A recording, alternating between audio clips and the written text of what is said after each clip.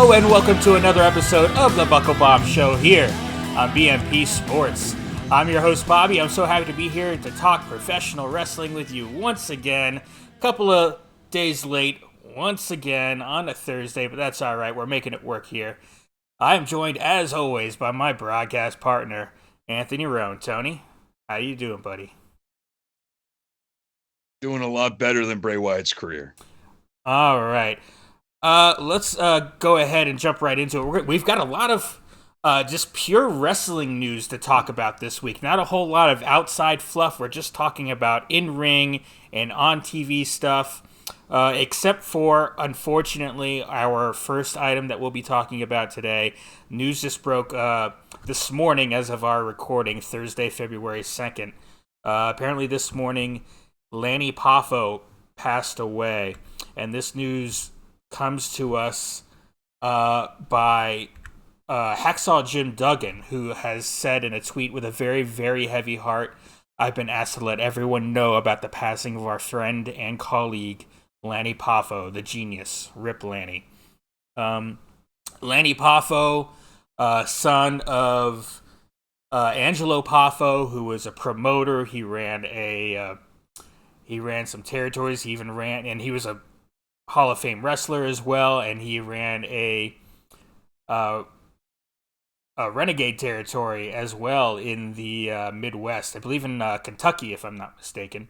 And that was where both Lanny and Randy Poffo both got their start in professional wrestling. From there, they would get picked up by, and they would go around some of the territories, and eventually they came into the WWF together in 1985.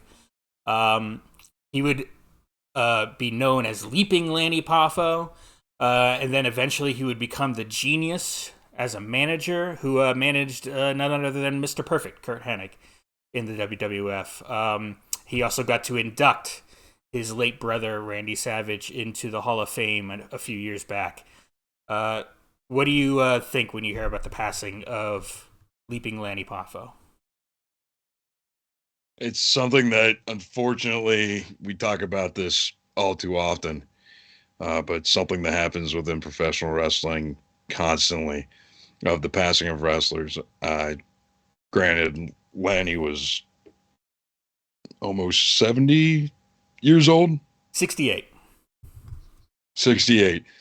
So that's still, just think about the toll that this sport puts on people's bodies and the rigorous travel schedule.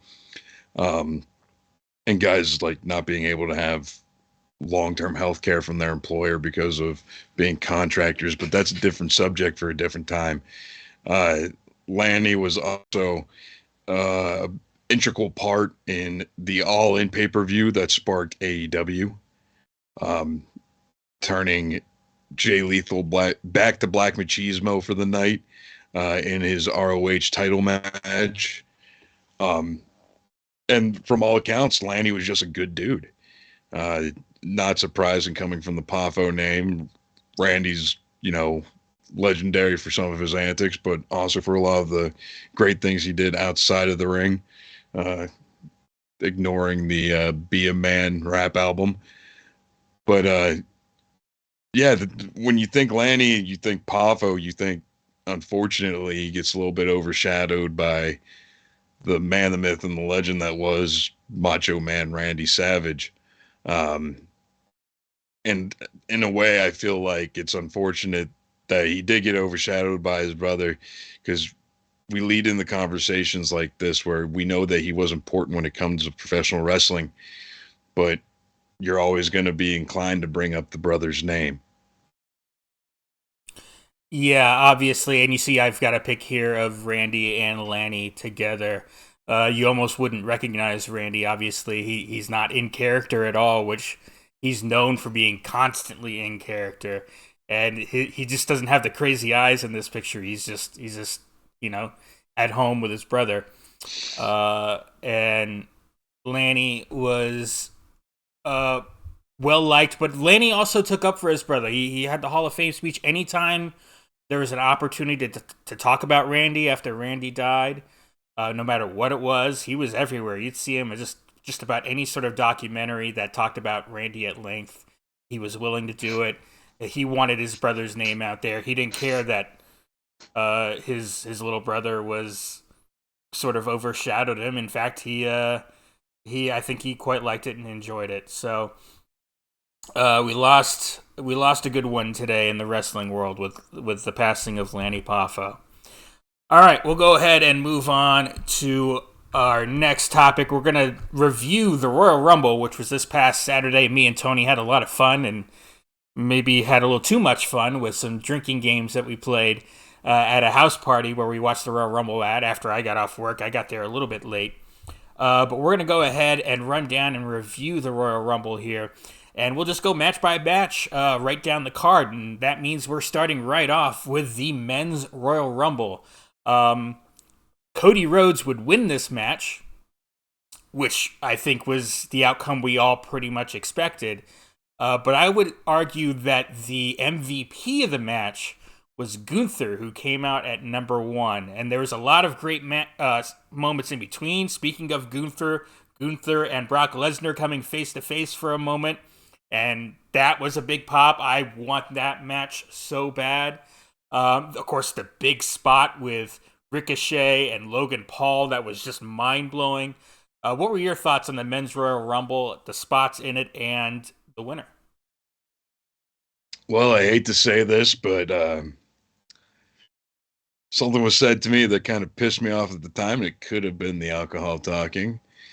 But yeah, no, give Logan Paul the buckshot lariat. That is now his move. I think he does it better than Hangman, and I like Hangman doing it, but yeah. I'm going to be honest with you. It gets a little blurry for me towards the end of this. I missed so the first game. Yeah. Let's explain how the drinking game works and the reason why it got blurry. So you literally have to drink your beverage the entire time somebody comes out to the ring. And then you drink for every time your entrant eliminates somebody. And then you finish your drink when your opponent or when your guy gets eliminated. I drew 6, 8, and 12. My entrants were Chad Gable, Xavier Woods, and Brock freaking Lesnar. And in case you guys didn't know this, who eliminated Xavier Woods and Chad Gable, but none other than Brock Lesnar. And after he did that, he automatically got eliminated himself.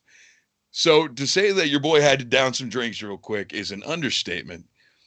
But yeah, it was a, I want to use the word lackluster. Because every year we get into these conversations of who's going to be a surprise entrant. And to be honest, I think the only surprise entrant there was this year was Booker T. Yeah. I think Logan Paul's come back, but for the most part, yeah. Spot of the night that popped the hell out of me. The New Day squaring off against one another. That turned into some booty bongo action. I thought that was hilarious as hell. Worst spot of the night. Also, the most unfortunate spot of the night goes to Kofi Kingston. That botched chair save that I believe was caused by Pat McAfee. Cody winning though is no surprise to nobody. That's Codelander in the flesh. Just Cody doing Cody things. The Too Sweet in the tribute to Kenny Omega before pointing at the WrestleMania sign was something. But all in all, it was surprisingly a great match. Great long-term storytelling that could potentially be set up here. I knew Rhea was going to win the second I saw Dominic come out with the Rey Mysterio mask. So looks like some of our predictions are coming true here. Mm-hmm. But WWE put themselves in a very unfortunate position with Cody winning that I will get into when we talk about the main event. Well, we'll see about that. We'll talk about it when we talk about the main event and what happens there and what we see for the future. But for this match, just focusing in on this match, I I thought it was a great Royal Rumble. I don't need the surprises.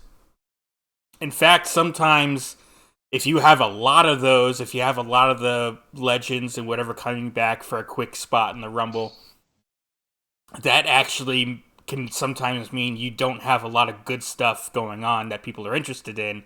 You got to reach for the outside stuff to get a quick pop. I don't think this match needed it. There was good stuff in there. There was a moment just before Brock Lesnar out where it started to kind of drag a little bit, but I think the reason for that was you had a lot of lower mid card guys kind of going at once, because once Brock did get in there, you needed to feed him people. But it was very quick because then Bobby Lashley came out next. You can't have Brock Lesnar in there long because he can't be one of those guys, panting under the turnbuckle for 5 minutes. He needs to be doing stuff, or it'll just kill his character. It'll kill him off. So you get Bobby Lashley in there right away to knock him out and have a big moment. That was great. I thought that was very well done. Obviously, we talked about the Ricochet Logan Paul spot. Logan Paul playing up being a heel. He is so good. Babyface or heel, but especially as a heel. He needs to be a heel going forward. Oh boy. Mark this date down. February 2nd, 2023. Bobby comes out of the closet as the biggest Logan Paul fan. I wouldn't say that about him as a person, but as a wrestler, yes. And then I loved Gunther going all the way through. I loved that once it got down to Cody and Gunther, it became just a match. Now they didn't have like a 20-minute match, but it was a good like 8-10 minutes long where they were just going back and forth. It was a great match, the two of them in the first time in the ring that we've seen together. I don't know if Walter ever came across Cody on the Indies when Cody was gone. I don't think so. But it was a great end to the Rumble with Cody finally going over. I thought it was one of the best Rumbles. Now, one thing we didn't talk about. Actually, Go ahead. No, I think they may have had a match for What Culture Pro Wrestling. Across the pond? Yeah, over in the UK. I vaguely remember that for some reason. I'll look at that up and we'll see if I can find something about it. But one thing we forgot to talk about, you mentioned him, and the chair. Before the Rumble, the first thing that happened was Pat McAfee's music played, and you got a kind of it looked like Michael Cole wasn't selling it. He just didn't recognize the music at first, but he had no idea that was happening. He called it a rib by Paul and Nick, Paul Levesque and Nick Khan.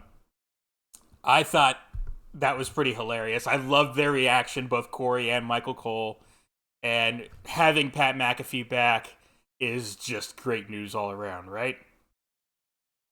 Absolutely, and if you listen to the Pat McAfee show on Monday, which me and Bobby are both avid listeners of, they had Michael Cole on and he went over, how to Michael Cole, Pat McAfee's music's still the White Stripes. So when the music starts kicking, he just thought it was some random entrant into the Royal Rumble. And Paul came in over Michael Cole's earpiece and said, "Are you just going to no-sell this?" And that's when he realized. So it's nice to see that it was a legitimate surprise for both Corey Graves and Michael Cole that Pat McAfee was going to be there. Yeah, that was a great moment, a lot of fun. And then we'll skip forward to the next match. I'm sorry, I'm just not a fan of anything having to do with Bray Wyatt these days. The Mountain Dew Pitch Black match between LA Knight and Bray Wyatt. It was just a match with a lot of black lights and a lot of neon glowing stuff and a lot of product placement. What did you think? I know you love Bray Wyatt and you love this stuff with Uncle Howdy and all this stuff. It's not my thing. To me, I think they took a really good wrestler and character in LA Knight. I think he's almost better off being Max Dupree than having to deal with this. But First off, you shut your whore mouth. I think it would have been better off than this. He just got buried here. I think this whole thing with Bray Wyatt's been just not the best thing for LA Knight. And I really like LA Knight and everything I've seen of him so far. But what did you think of this? Rather short, though obviously we've got the 2 Rumbles in there. This rather short Mountain Dew Pitch Black product placement match between Bray Wyatt and LA Knight. Close your eyes and let's go back to 1999. It is one of the biggest SummerSlams in WWE history. The Undertaker is either 99 or 98. The Ministry of Darkness Undertaker is in the main event of SummerSlam going against Stone Cold Steve Austin. And black lights come on, and there is a giant PlayStation 1 logo painted with neon paint on the Undertaker's bicep. The dumbest shit fucking possible. What the fuck are you... I like this Bray Wyatt character. I like the story. Everybody knows I'm still riding with it. Everybody knows I've loved LA Knight ever since he was Eli Drake. The question I have, though, for as cool as the mask was, for as cool as the visual was, like if I was like rolling on Molly or something like that, this match would have been a freaking hoot for me. Is product placement killing professional wrestling? Like literally, at least AEW, when they do product placement, it doesn't interfere with the match that much. They just have to name it something stupid, or they put DraftKings on their on the mat. You got this dumb shit where they painted one of the most could be feared characters in professional wrestling right now and put Mountain Dew Pitch Black on his bicep like it's a stupid, shitty prison tattoo that says "Mom." And we're just going to let this character keep going. Like Uncle Howdy just pops up at the end of the match. Spoiler alert. Get Peacock, you peasants. And he just jumps off the random platform they had out in the audience to do a crazy Evil Knievel sparkler spot. Like, did Paul Levesque go on an ayahuasca trip and this is what he saw? What the shit was any of this? I'm still riding with Bray Wyatt. And I think LA Knight's in a lot better position than he was with Max Dupree, especially now that Maxim Male Models has their eyes set on Otis. Oh yeah, we could talk about that for a moment. I think I actually popped for that. I think that might be kind of fun, but he's hideous. He's disgusting. He's petty. Like, all right. I've seen this movie before, but just. For the love of shit, he would have been better off anywhere in the planet right now after that match. Again, I know Bobby's in the minority in this and hates the story of Uncle Howdy and Bray Wyatt. I didn't at first. And it's okay. Just the way it's being presented isn't... Yeah. I actually like the Alexa Bliss. Some of the stuff they're doing with Alexa has been a little better than what they've actually been doing with Bray Wyatt. But, well, let's jump right into that. Well, one of the greatest storylines that WWE has ever produced that is still going on today has been going on for the last 2 years, and there has been some lulls in that storytelling as well. But in the end, it all made sense. For as stupid as the Mountain Dew Pitch Black match was, and for as cool as it could have been if they would have, taken some different steps with it, I will not let this be the downfall of Bray Wyatt's entire career, just one match. I mean, for the love of God, we didn't all give up on The Fiend after they just did no contest or however the hell they ended Hell in a Cell when they had the red lights and the red cage and people could barely see what was happening. Or Goldberg beat him. Oh, he got fed to a fucking legend system. That was bullshit on its own. But we don't count that because remember, at the time, the Saudi shows were not canon. You say so. In my mind. All right, let's go ahead and move on to the next match. Speaking of Alexa, we got Alexa Bliss challenging the Bianca Belair for the Raw Women's Championship. I was the only one, and I saw Brian Zane, Wrestling with Regret, actually picking Alexa here. And I think I kind of talked you into it a little bit with some thoughts. Yeah, you No, you came I around picked with Alexa me, from the jump. but Because I don't like Bianca as a wrestler. I see. I love Bianca, I but I think the hair's a weapon, and I think she needs to be disqualified from every match. so is Hollywood Hogan's weight belt. Come on, it Yeah, I works. thought. Well, he was also a heel. True. I will go with you there that would be a better thing for a heel to have than a baby face. But it's been working. I can't deny that it's been working. And I love everything Bianca's been doing for the most part. But here she would get the victory. And again, another quick match. I wouldn't call it a squash, but it was one KOD and, not a lot of, near falls in this thing. And then after the match, we would get the weird Bray Wyatt, Uncle Howdy, and then you'd see a lot of images from Dark Alexa from a couple years ago kind of pop up on the screen, and then we went to black and we moved on. But you and I were surprised, but this was what pretty much the rest of the world thought with Bianca winning here and holding on. Where do you think things go from here? Because the match is what it is, and there's not a whole lot to talk about. So let's just jump right into where we think things are going. I think it's pretty obvious where it's going and where Alexa's going to inevitably give in to her impulses with the the Wyatt Six, or whatever the hell we're calling it now. The thing is like she's not. How do I put this? They had the stupid people dressed up as the stupid fucking puppets on the platform that Uncle Howdy jumped off of. So she's not the witch, whatever the fuck it is. Honestly, I was surprised that they didn't try and pull a Papa Shango Ultimate Warrior Black Tar spot at the end of that match. Jesus Christ. You know what? Maybe you're right, Bobby. Maybe Babito on this day is 100% correct. And they need to take a page from Vince McMahon's book and just part ways with Bray Wyatt because they can't fucking book him.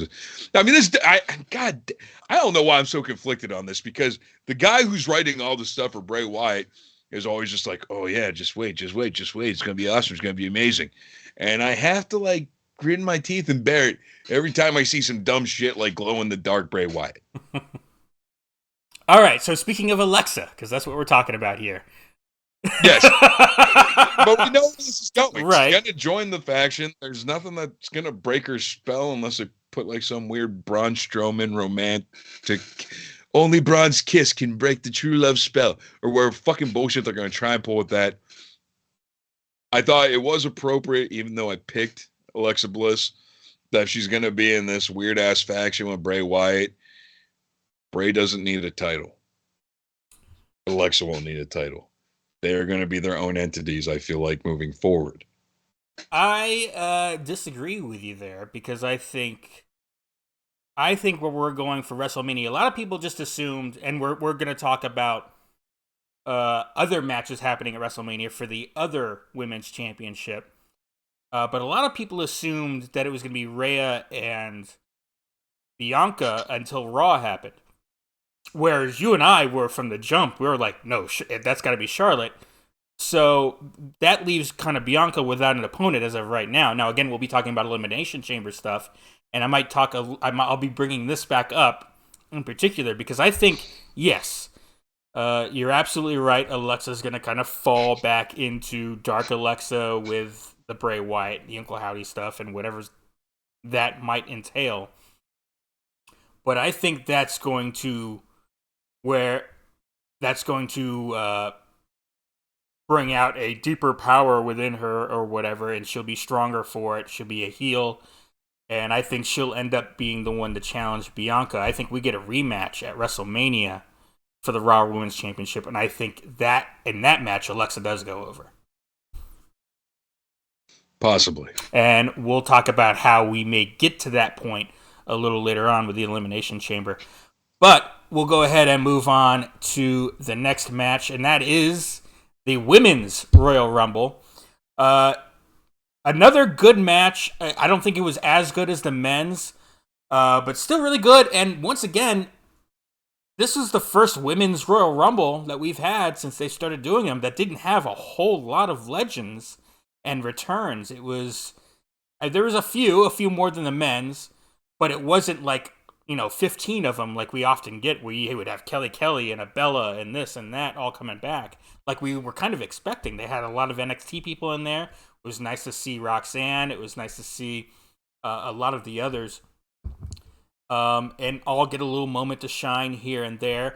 But obviously, the story here was Rhea Ripley 1, Liv Morgan 2, and they outlasted everyone else to be the final 2 before Rhea Ripley got her hand raised as the winner and got the point at the sign. What did you think of the Women's Royal Rumble match, and what do you think of the winner? First off, I think you're way off the mark on this, because I think the number one story has to be Asuka. Kana? Yeah. I mean, look, as one of these indie-rific marks that everybody likes to talk about, the Kana character, like Corey Graves alluded to on commentary, was at one time the most feared women's wrestler on the planet, more so than Bull Nakano. So for me, seeing her come out with the makeup and the different mask than what she normally wears in the WWE, if you would have been at the party we were at, heard the pop when she removed the mask from the people who knew what was going on, It was beautiful. It was just... And I also think the way that they ended the Women's Royal Rumble match was absolutely fantastic, with that spot where Asuka's miss was going for Rhea. Rhea ducked out of the way. It hit Liv. So then Rhea took advantage of that to win it. Big shout out to Michelle McCool, because she was one of my entrants and she was just sitting right behind commentary. Yeah, you were one of the lucky ones. You didn't have to drink all that long for that one. Meanwhile, I got all the heels that like to saunter to the ring. That long ass ramp. The other thing I really appreciated about this match too was, despite what the Bellas are bitching about online, you had the Women's Royal Rumble match main event Royal Rumble for the first time, I believe. It didn't main event Royal Rumble. We still got another match after this.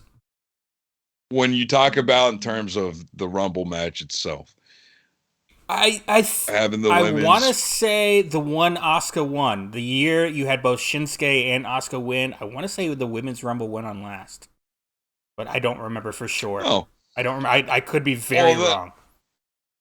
Well, then allow me to just retort everything I just said. In my opinion, actually, though, I thought the Women's Rumble match was better. Really?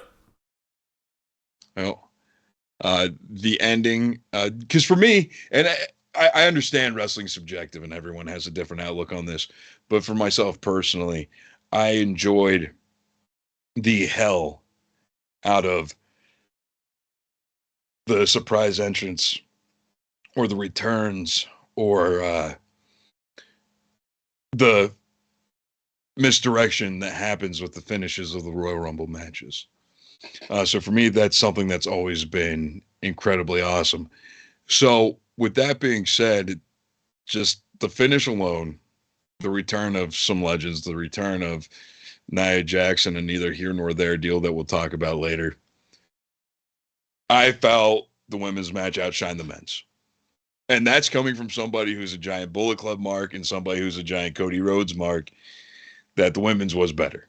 Well, and I know that was one of probably your biggest disappointment of the men's, was you didn't get all these crossovers you were expecting and hoping for, that I've been telling you for feels like months not to expect. But hey, sorry, no Jay White. But yeah, I liked seeing Nia Jax back. I know in fandom that might be a bit of a minority opinion because of a reputation that I think isn't quite deserved, though I can see why some people think that. And we'll talk about later whether or not she's... we can just talk about it now. We don't know whether or not Nia Jax is actually signed to a deal, or if she just if this was just kind of a one-time appearance. Certainly, I wouldn't mind seeing her back full time. I know that might disappoint some other people. What do you think if she is back full time? Would you be happy with that, or would you be more wait and see, or more negative? I think the one thing the women's division right now is lacking is a monster heel in WWE. Yeah. And that could be Nia. I thought Nia was a fantastic wrestler. Yes, she was rough around the edges in certain areas, but so is every one of your favorite wrestlers at one point or another. You have to remember, at one point in time, the women's division was so shallow that they were literally bringing in just anybody they could to get them to go on a run for a little bit, and then they'd be off TV again. You never hear from them again. Mm-hmm. So that's why when you have someone like Nia Jax, who comes from the lineage she comes from, who has obviously the passion that she has for it, who is still continuously training locally with Natty and TJ, like she obviously wants to get better at her craft. Yeah. Does she have some things that are going to mar her forever, like the man spot or ow my hole? Sure. But what wrestler doesn't? I mean, the one thing I was hoping for was if Lana was going to come back in this match, and then we could have gotten a fun redo of a table spot on the outside, but that didn't happen. We got Nia. She had her big, everyone attacked her, and then she shoved everyone off, but it didn't last long. Everyone still ganged up on her and got her out. But yeah, I would be excited to have Nia Jax too. I agree. We don't have Rhea Ripley, I think, could be built up as a monster heel if they do it right. I think they're heading in that direction with her a little bit. But Nia Jax, certainly, just you don't have to try too hard to get her there. She's no. See, you're misunderstanding what I mean by monster heel. See, back in the day, TNA had Awesome Kong. Right.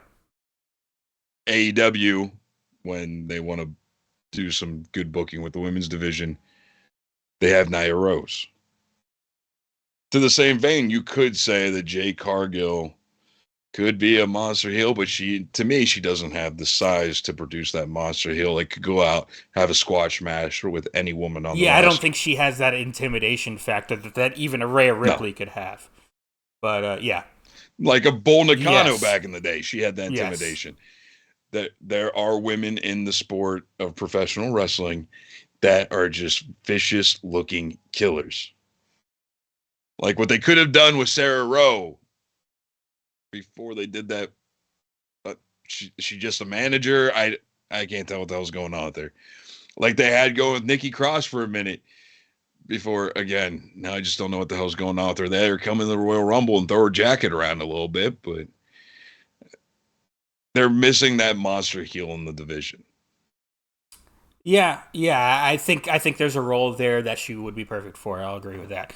What do you think of Rhea winning? That's the right move, right? We both picked her.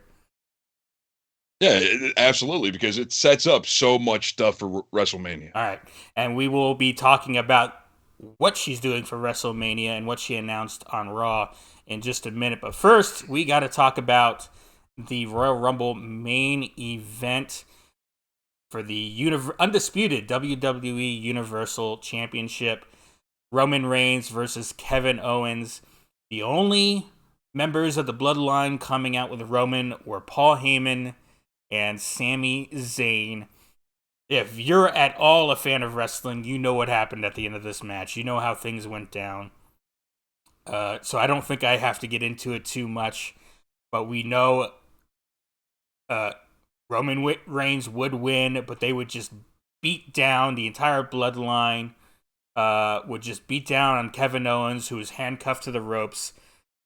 I mean, Jesus, more super kicks than the Young Bucks in 5 minutes there, just to one face, and he was handcuffed. He couldn't even fall down. It was brutal stuff. And then Roman Reigns with the chair, and Sami Zayn finally has to get involved and say, no, please don't. You're above this. Don't do it. You're better than this. And Roman Reigns says, well, fine, you're right. I'm better than this. You're not. You do it. And, of course, They teased it a few times. Roman Reigns had his back to Sammy, yelling at Kevin Owens, and Sammy would raise the chair and then he'd put it back down, and Roman Reigns would look back at Sammy, come on, let's go. And it was just done perfectly, brilliantly. So once you did get to the point where Sammy, all right, he made that decision and he swung on Roman Reigns' back, oh, the pop, everything was brilliant. And then the first thing Sammy did was to look at Jay. And Jay, just crestfallen, betrayed, heartbroken, yells at Sammy for a minute.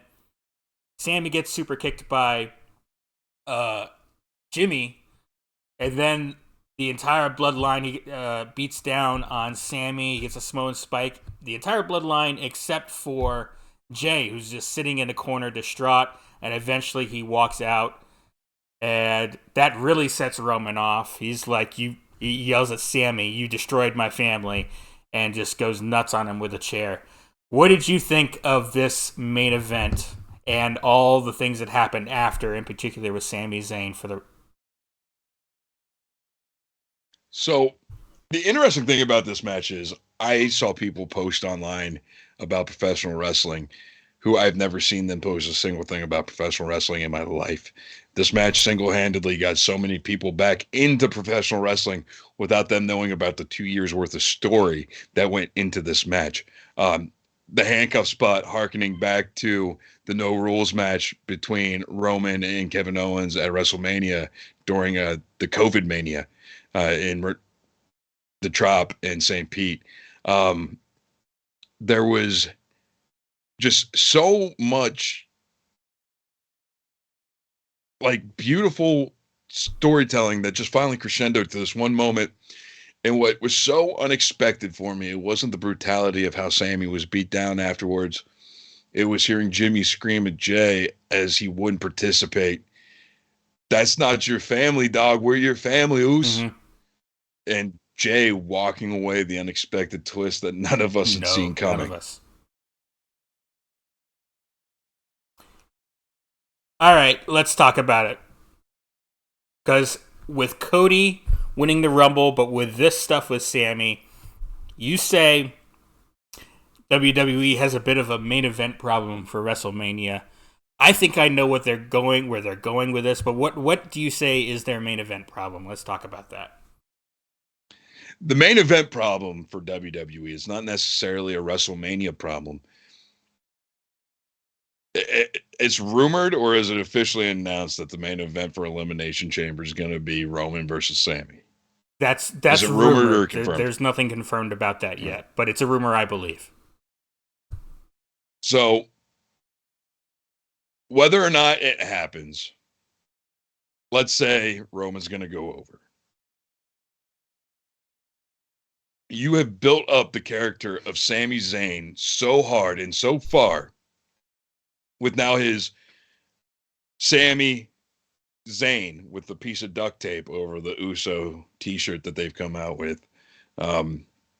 You've built that character up so much. You have sympathy and emotion vested in Sami Zayn that maybe not necessarily a championship win, but perhaps just a victory over Roman Reigns at this point. And you're not going to make your champion look weak going into WrestleMania by making him lose at Elimination Chamber. And then you're going to put him in a title match against Jay and Jimmy at WrestleMania with Kevin Owens as his partner. And granted, the history there is deep and it's thick and it's rich, especially for somebody who loves Ring of Honor as much as I do. But that's still not going to be enough for the fans. What the fans want is to see Sammy get his comeuppance on Roman. And if they're not carefully towing the line on this, you're going to get the fans turning on the company itself. Well, what I think, and this is where I think the brilliance of Jay and what they did at the Rumble on Saturday comes in. Now, let's remember, Elimination Chamber's a little over 2 weeks away. It's February 18th, so it's pretty much already coming. We've got Friday Night SmackDown tomorrow night. We're going to hear from the Bloodline for the first time. I'm sure we'll hear from Sami and Kevin Owens. I think they're quickly going to set up that match, Sami versus Roman Reigns for the title at as the main event of Elimination Chamber. But I think Jay's still going to be on the fence, maybe even leaning Sammy way, trying to defend Sammy. I think he's going to be an advocate for Sammy this entire time until we get maybe even get to the point where, you know what, he's standing up to his family. He's standing up to the bloodline in defense of Sammy outright. And then we get to the pay-per-view where Jay turns on Sammy. And if done right, I think you can shift all of that heat between Sammy and Roman and put it between Sammy and Jay. And now we want to see that just as much, and that's how you get to that tag team match at WrestleMania. If done right, I think you can shift that heat over to, okay, now we have to see Sammy and Jay. But I think that's what they're going for here. You know what I mean? And they could be, and I could see that being a possibility. But the fans aren't going to forget that it was Sammy and Roman. That was the big conflict. It does not mean we can't get to a Sammy Roman match once again later in the future. I think they could still build on that story for future ideas. Obviously, Roman Reigns may not be the champion at that point. I got a feeling Roman's going to take a break after Mania, so we'll see. But I think at least through Mania they have their plan here set, and they're going to stick to it. And I think what they're doing with Jay, follow his story closely with this, because I think that's how they're going to shift. Try their best to shift the heat between Roman and Sammy and get that heat directed at Jay, and they can start to play the storyline, because then we've got a full month and a half to set up the Cody Roman storyline, which is kind of a natural storyline. There's more than one royal family. That kind of writes itself almost. So, I think that's where they're trying to go with this, and I think they're going to be fairly successful. I think they're going to want to see Sammy and Jay go at it. And you bring in Jimmy and KO and all this, and I think you've got a lot of storytelling still to go, but I think we'll get there. All right, we'll go ahead and move on from the Royal Rumble, and we'll talk about, well, on Raw, Rhea Ripley, who we just said won the Royal Rumble. She made her choice, and it surprised a lot of people. Didn't surprise me and Tony. She chose to go after the SmackDown Women's Championship, which means she'll be facing Charlotte at WrestleMania. What do you think of this? Are you excited for this match? I certainly am. This is the one I wanted. But a babyface Charlotte versus a heel Rhea Ripley. And who do you see going over? Honestly, I think it's Rhea's time. Yep. I actually, come Mania, I think we're going to see Judgment Day as a whole stand tall.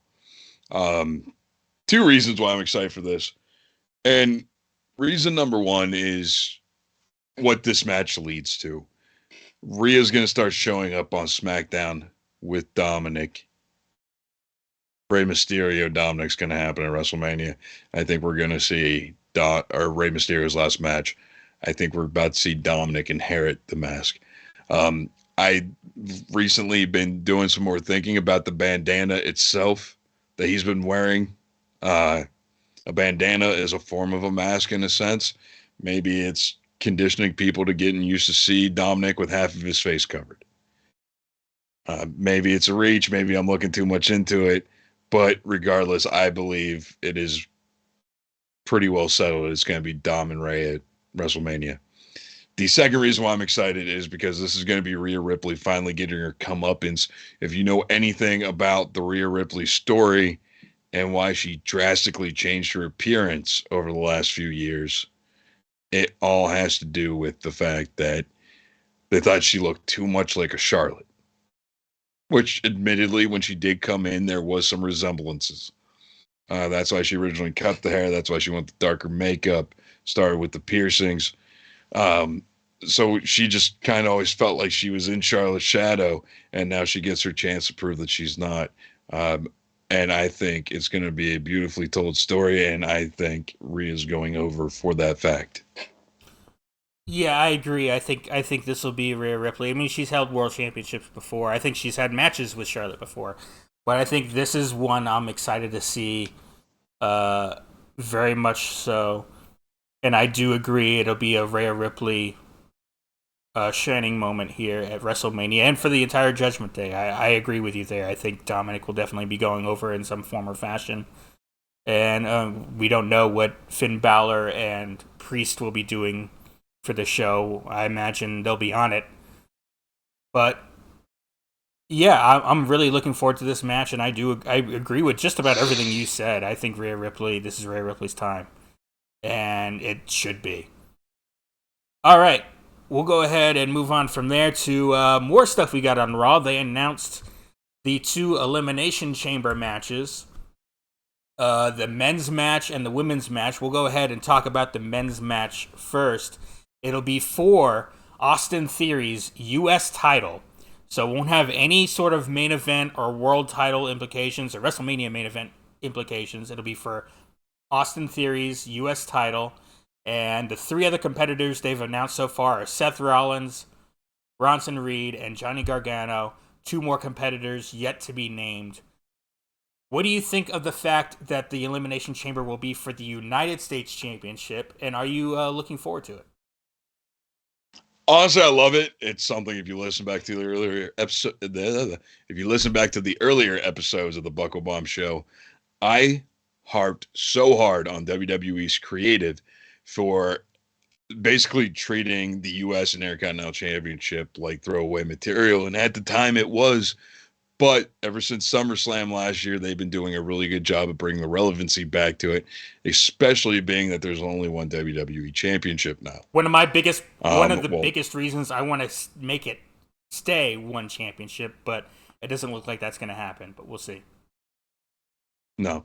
Um, and the Elimination Chamber has always been one of my favorite stipulations for a match.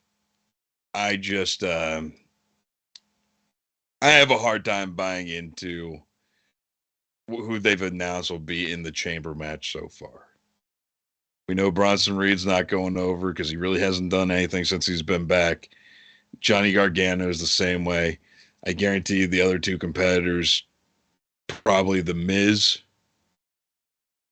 and Bobby Lashley's Otis or Chad Bobby Gable. Lashley's been in the Yeah, U.S. title picture. There might be something there where Brock Lesnar could somehow break his way into the cage and cost Lashley, make him get eliminated somehow. Maybe, I don't know.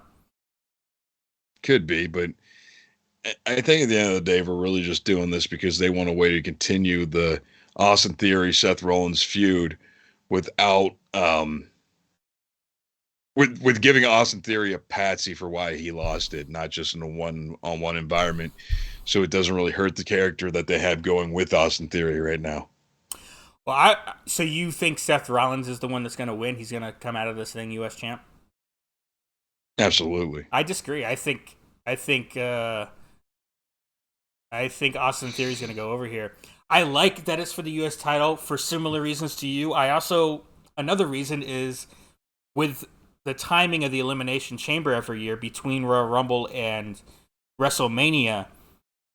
It's usually this big match, usually oftentimes for the world title, one of the world titles, which is usually already set the main event. So it kind of sometimes makes it a little predictable, at least who the winner's going to be. And here we are, you and I are already disagreeing a couple of weeks out from the chamber. We don't really know who's going to win. You think it's Rollins? I think Austin Theory is going to retain. Now, here's why. I think you're right. I think we're going to get Austin Theory and Seth Rollins one-on-one at Mania.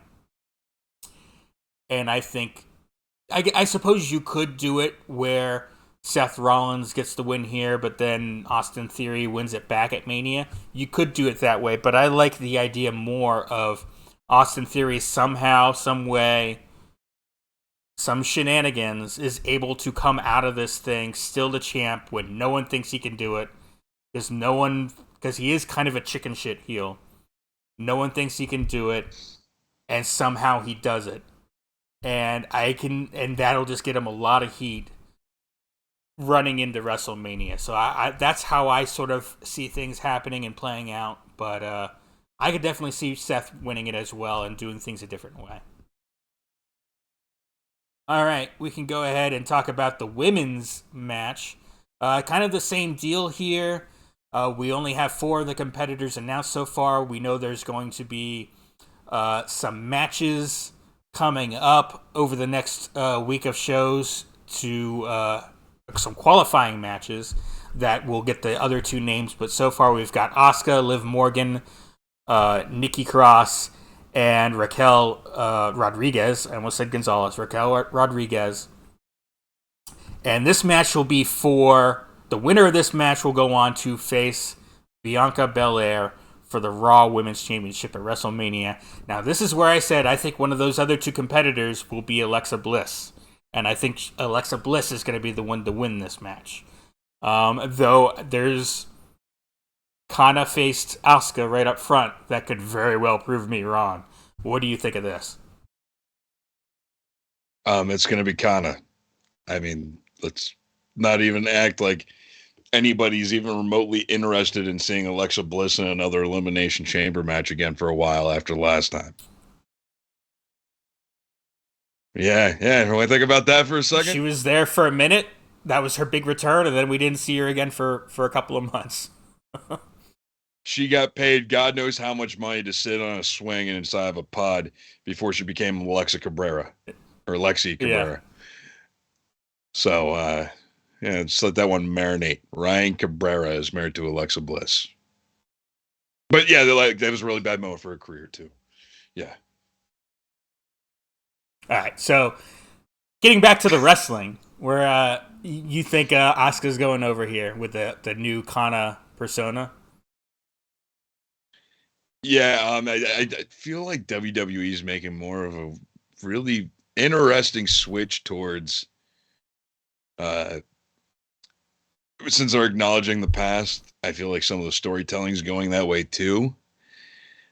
And for as destructive and the win streaks alone that Asuka had with the Kana makeup, they might go back to it in WWE a little bit. We'll see. But still that would be a way to go. I can definitely see that happening. And once we got here, because I had this whole thing with Alexa in my mind going up to WrestleMania for Bianca, but it's hard to say this thing with Asuka and the new makeup and the old is new look kind of thing that we could do here and really have her tear through the division. It's hard to turn that down and say that that's not what they're doing. Especially they're pushing her. She's right up front here. Well, the other thing is I don't remember the Kana character being like supernatural in any way, shape, or form. But maybe there could be some mind games that just, fuck with Alexa Bliss so much that it just drives her closer and closer to the Wyatt 6 kind of deal. I hope there's nothing supernatural. You're going to ruin Asuka for me. But barring that, yeah, I'm all about an Asuka win. Really, I could see any of the competitors pictured there. Liv Morgan, she's already been champion this year, but I don't think this is her time right now. This year? Last year. Within the last year, within the last 12 months, let's say, she's been champion. Nikki Cross, they could certainly push her, but I don't think they want to push her that far. Raquel Rodriguez, I could see them giving the win to her and trying to give her a big push because I think they really like her. But I don't know if it's quite time for that yet. Maybe next year. I don't think this year is quite the time for her. But yeah, I think it's Asuka or Alexa.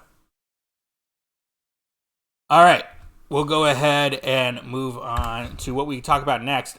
We're going to talk about the Raw main event. It was Finn Balor versus Cody Rhodes, a couple of old Bullet Club dudes who never crossed paths in the Bullet Club, as far as I know. They were there at very different times.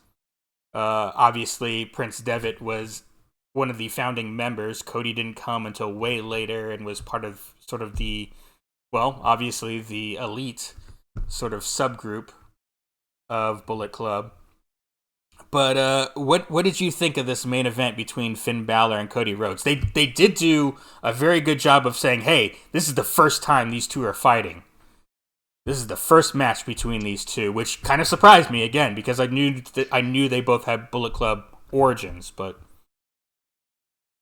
The only meeting between Prince Devitt and Cody Rhodes was in a BTE episode when WWE and Ring of Honor were all in Canada in the same town during the same weekend. nice. Um, it was surreal to see this because you think about the legacy that is Bullet Club. Arguably at its height in popularity when Cody and Kenny were having their power struggle for who was the actual leader for Bullet Club. Was that the height? I feel like that was when it was maybe at its lowest point in some ways.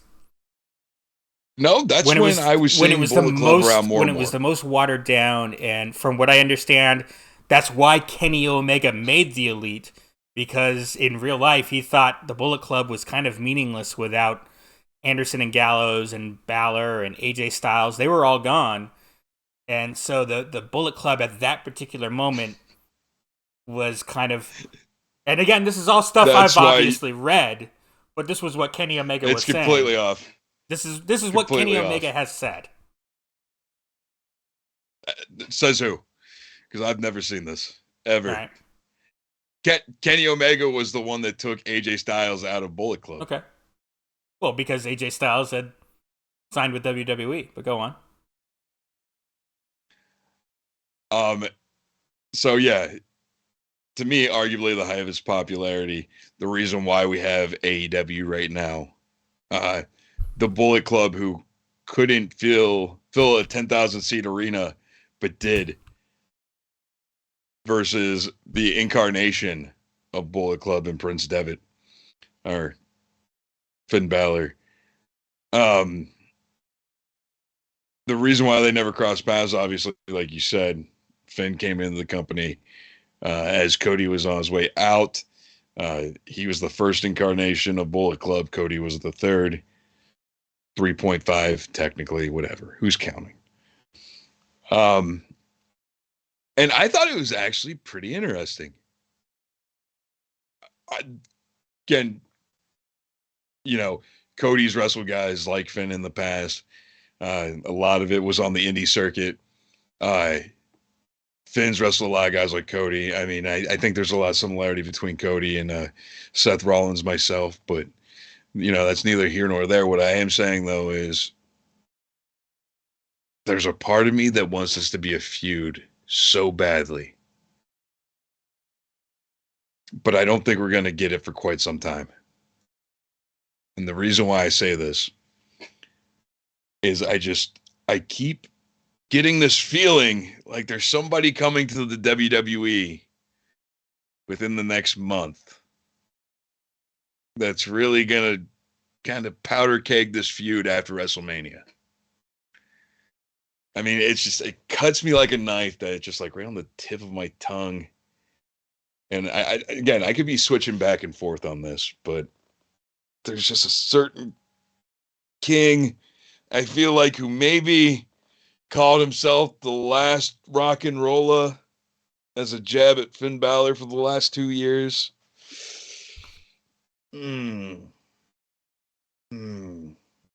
Regardless, rest in peace, Jay Briscoe. There's a lot of possibilities that makes me excited, and I loved it. Even the edge spot, the edge and best spot. Yeah. And Dominic getting involved in the match, obviously. The fallout after the match where somebody took a picture from behind Edge and Beth. Kind of, popped me. Yeah, I'd grab her ass too. But the match as a whole, I want more of it. I think that it's going to be good for business, especially considering the fact that WWE has not been shying away from what these two mean to each other's career and relevancy, or why it's relevant for them to even be facing off. Uh, Maybe something that breaks up Judgment Day, because let's face it, even though Finn is the leader of Judgment Day, it's starting to feel like he's kind of overstayed his welcome with the faction. It seems more like it's Dom and Rhea's thing right now. Mm-hmm. Because I can't tell you the last time Finn or Damien has done anything of relevance for the faction. So we'll see. I mean, this could be like a whole storyline where you bring I back. love post WrestleMania for Finn Balor to get into the title picture, and I'd love to see a feud between Finn and Cody. Absolutely.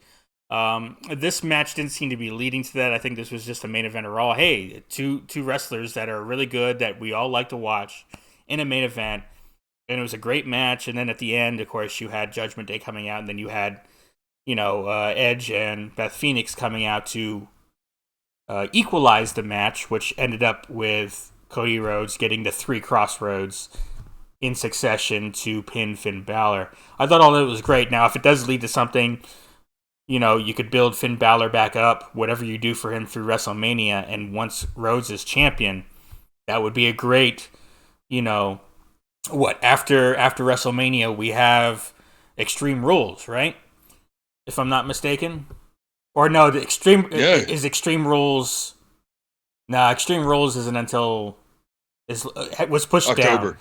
No, Hell in a Cell is October. Well, we're not doing a Hell in a Cell. Yeah, it was October. It was Extreme Rules. You're right. So they moved these things around. It'll be Backlash, WrestleMania Backlash. You could maybe have a Finn Balor Cody Rhodes thing there, or maybe you still have Cody goofing around with the Bloodline. We'll see. But I would love to see a proper program at the top of the card between these two. There's no denying that. By the way, side note here, Omega and the Young Bucks came up with the idea for the Elite themselves, feeling the need to create something new after being forced by New Japan into Bullet Club. They didn't want to be in Bullet Club. And what because Bullet Club was what Omega called a too sweet suck it parody of the NWO. Really? Omega stated that he and the Young Bucks were the Elite, but they'll accept if New Japan wants to say we're in the Bullet Club. That's fine. The Bullet Club's a cash cow, but they didn't actually want to be a part of the Bullet Club.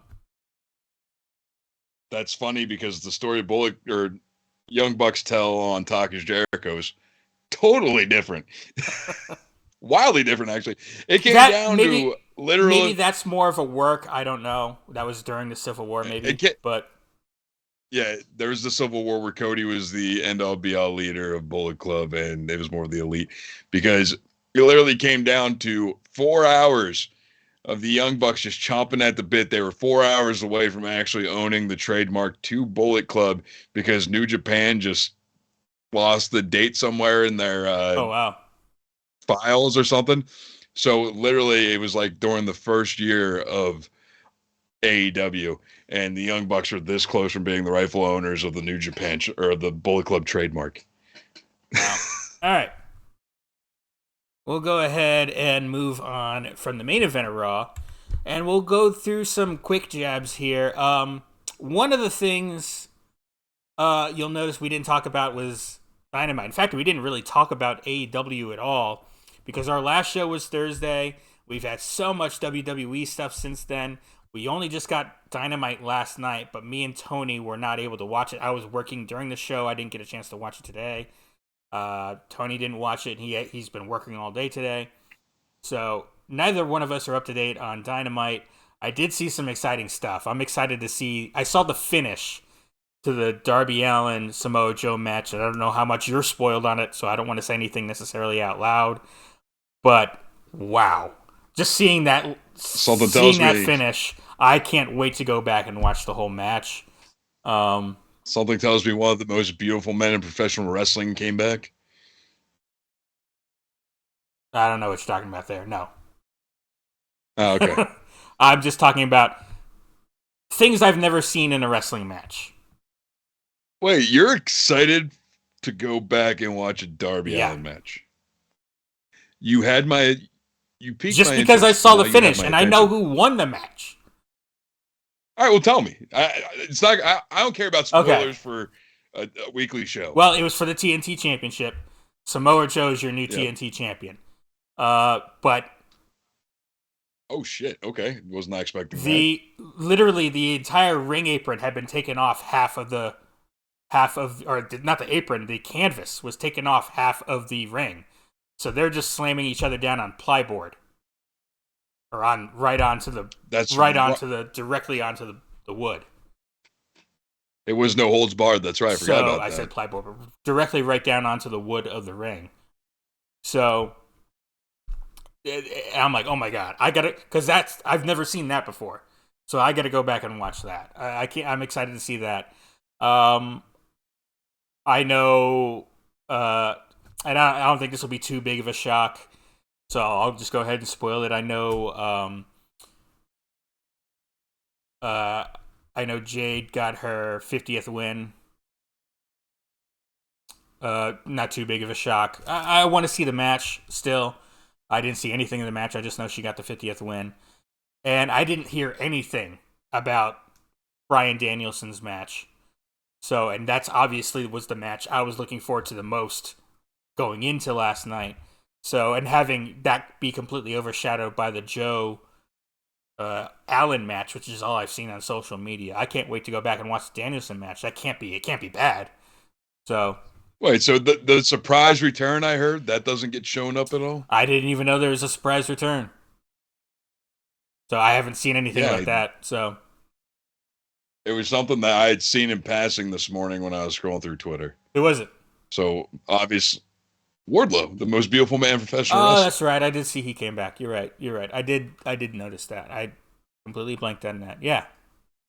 So it's a show I definitely want to go back and watch in full. We just haven't gotten to it yet, so we can't really talk about it. Other. Well, there was a quick jab you wanted to talk about, right? Yeah, there's a couple actually. We'll start with this one just to get out of the way because I know Bobby's going to hate this one the most.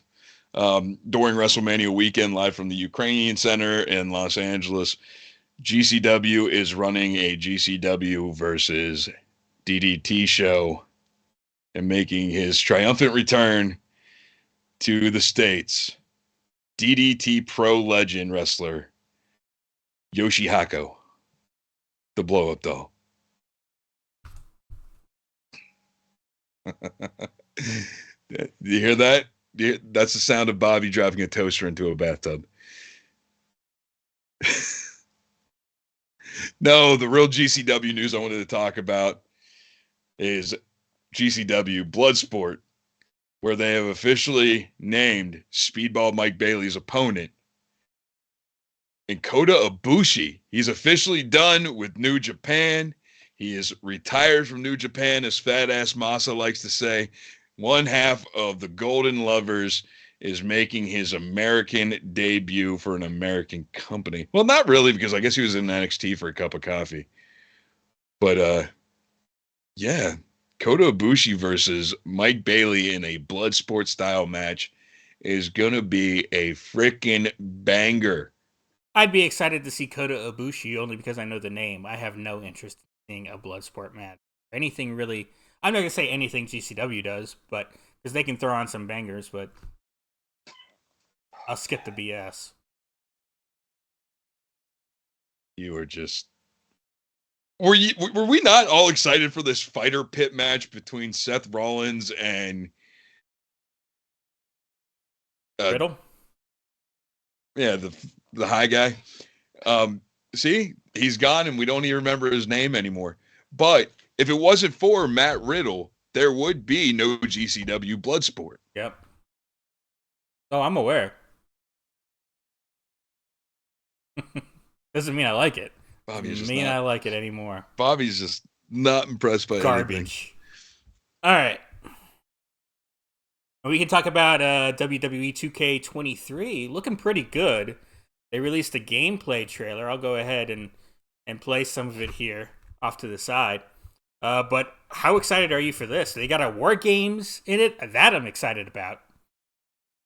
The War Games match looks incredible in it. Granted, this is all on next gen consoles, and we're some broke ass bitches, so we don't have one. But nonetheless, like, is it crazy to think that we actually have a release date for 2K23, but we still don't have a release date for Fight Forever that's supposed to be out this month sometime, Right? maybe? Yeah. It's nuts how that game is just It's stuck in pre-release purgatory because of all the roster changes. At some point, you just have to bite the bullet and realize, hey, maybe we're just gonna have to, leave some people in. right. Uh, I wonder if we know Punk's going to be in it. Could Cody Rhodes be in that AEW game? I mean, we know they had a version with him in it. It's been That's been so confirmed. He's long. still in it. Yeah, so we'll have Cody Rhodes in an AEW game and a WWE game with the same ring music. That'll be That comes out like possibly like a week and a half apart, 2 weeks apart. well. I had a feeling the AEW game's going to get pushed back again, but if we don't have a release date yet, but all right, Well, according to GameStop. right. All right. The other quick jab we have a little bit more AEW news. They just dropped today. They released a press announcement. AEW House Rules. They're going to be doing house shows, live events, non-televised live events. This is exciting news. This is a big step for AEW. I think this is a big part of why they hired Jeff Jarrett, who is an executive. He's their director of business development. He works closely with Raphael Morphy, who's a VP of live events.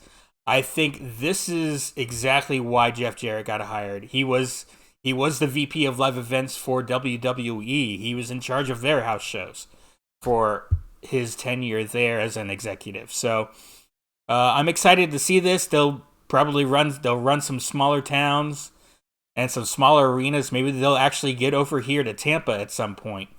Because they haven't been over here. They just, anytime they're down in Florida, they just go right to Jacksonville, their home base. So, are you excited to see AEW house shows starting up?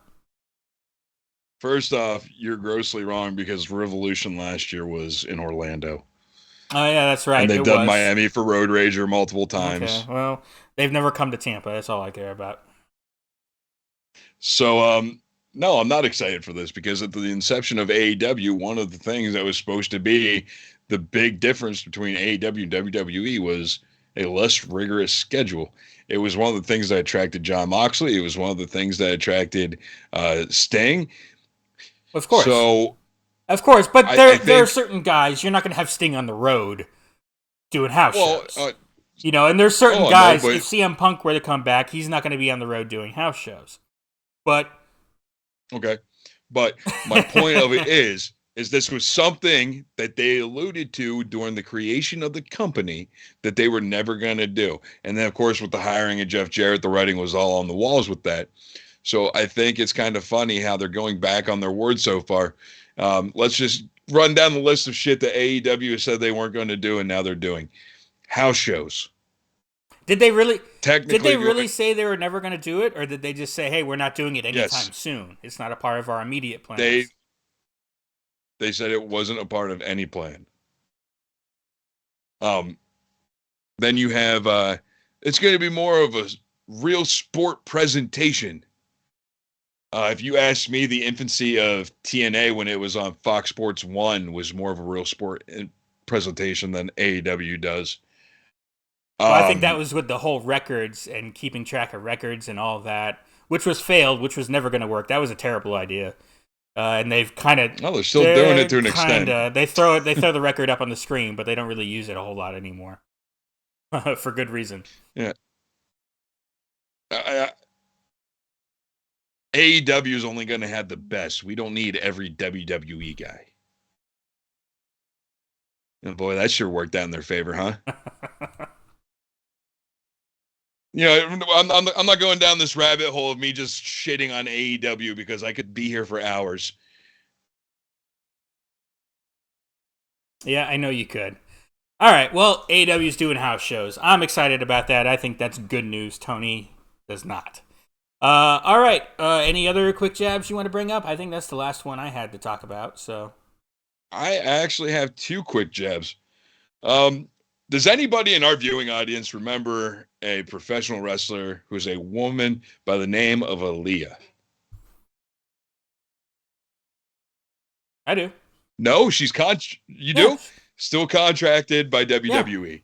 She Aaliyah was has on not wrestled SmackDown on. for a while, if I remember correctly. Yep, she has not wrestled on WWE television since September 12th of 2020 on an episode of Raw. In October, Aaliyah wrote that she had suffered an elevated first rib and AC sprain. It was later reported that Aaliyah was cleared to wrestle, but WWE didn't factor her into Survivor Series plans because the company didn't want to feed her to someone on television. In an update, Aaliyah has responded to fans on Twitter about her status with the company and confirmed she's been cleared since October 27th. Aaliyah tweeted, "If only I had stuff to talk about," and then wrote, "Ain't my call," when asked about a return to television. So basically, she doesn't know when she's coming back. She's not even in 2K23. And she hasn't even been invited to be backstage, but she still has a contract with WWE. If you ask me, that sounds like some bullshit and a half, and I feel for this Odd woman. that she's made it through all of the various roster cullings that they made for financial reasons. Yeah, during their highest profitability in the company's history. So it does spark the debate, which, Bobby, it's a question I want to ask to you. With these wrestlers' contracts, do you think that there should be a release clause for lack of use? I mean, if they're getting guaranteed money, it's a tough one. I mean, this is what you have. This is why you'd want a union. This is one of those things to negotiate these things for wrestlers.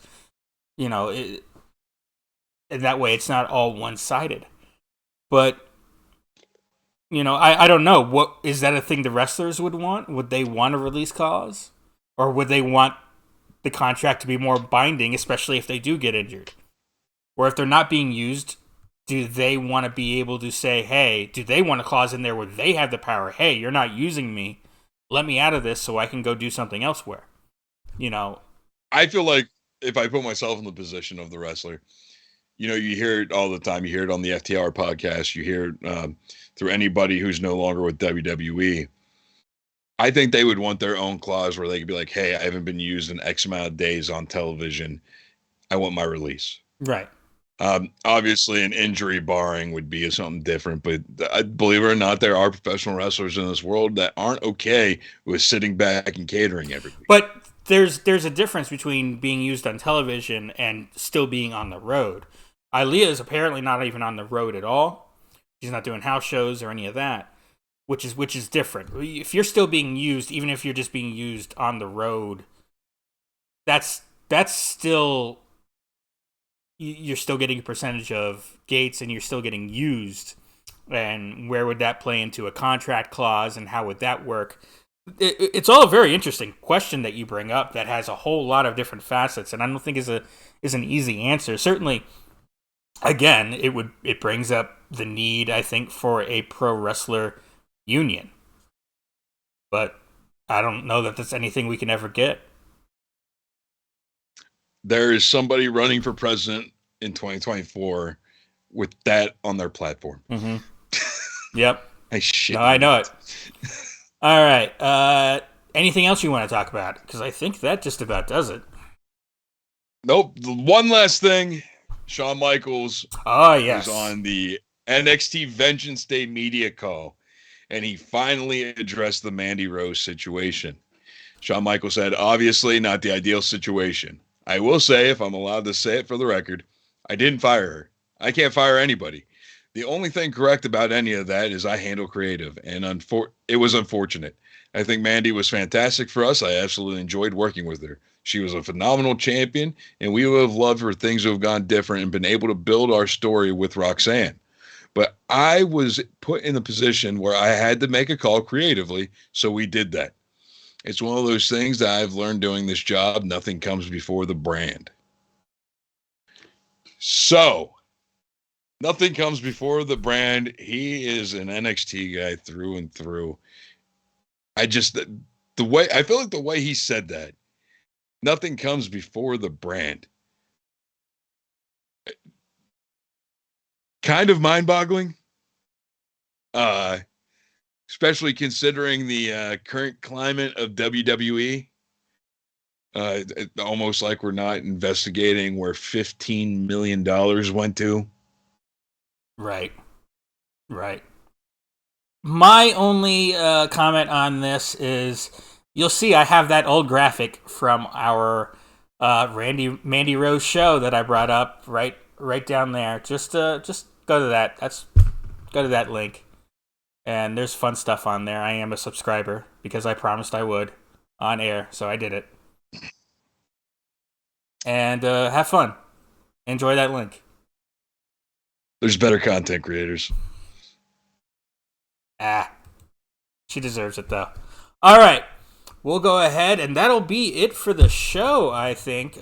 Pretty good show. We talked about a lot. A little bit of a longer show.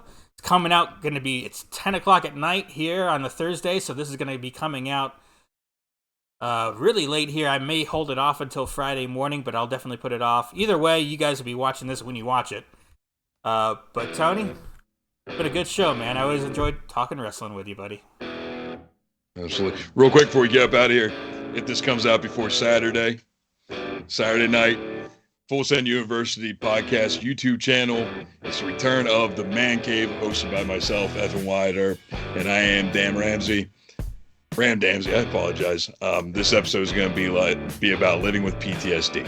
All right. So if anybody has any kind of help that they need mentally and they feel like nobody's there to listen, come listen to us talk our shit for a little bit. All right. Go check that out, and we'll see you guys next week.